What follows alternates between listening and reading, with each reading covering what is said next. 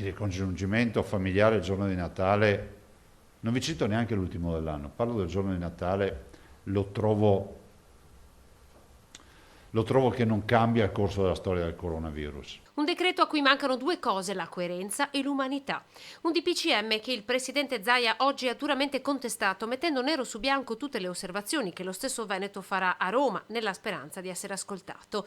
I parenti residenti in comuni diversi non potranno vedersi nei giorni di 25 e 26 dicembre e 1 gennaio. Ci sono mille altre soluzioni per pensare di evitare gli spostamenti, magari giustificando coloro che hanno il ricongiungimento familiare, che è la cosa più dimostrabile che ci sia. I confini comunali sono chiusi negli stessi giorni, creando una disparità che Zaia ipotizza essere addirittura incostituzionale tra le grandi metropoli e i piccoli comuni di periferia. Nei nostri comuni tu di fatto vivi in regime di semi-lockdown, cioè non ti sposti più.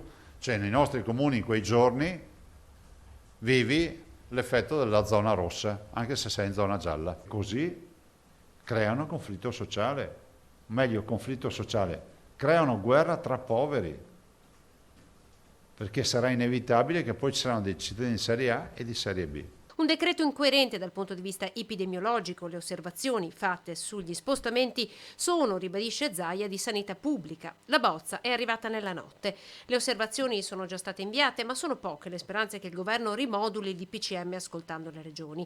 Zaia oggi ha parlato di procedura ormai diventata solo un cerimoniale di corte. Se chi lo scrive, quel sentite le ragioni, lo interpreta come dopo te che io mandi, che torna in Rio e lo pubblichiamo, le ragioni sono sentite, ma per modo di dire. Ma quello che conta sono i dati, le singole storie personali, quelle dei ristoratori a cui probabilmente a queste condizioni potrebbe non convenire nemmeno tenere aperto, eppure per loro non c'è traccia di ristori.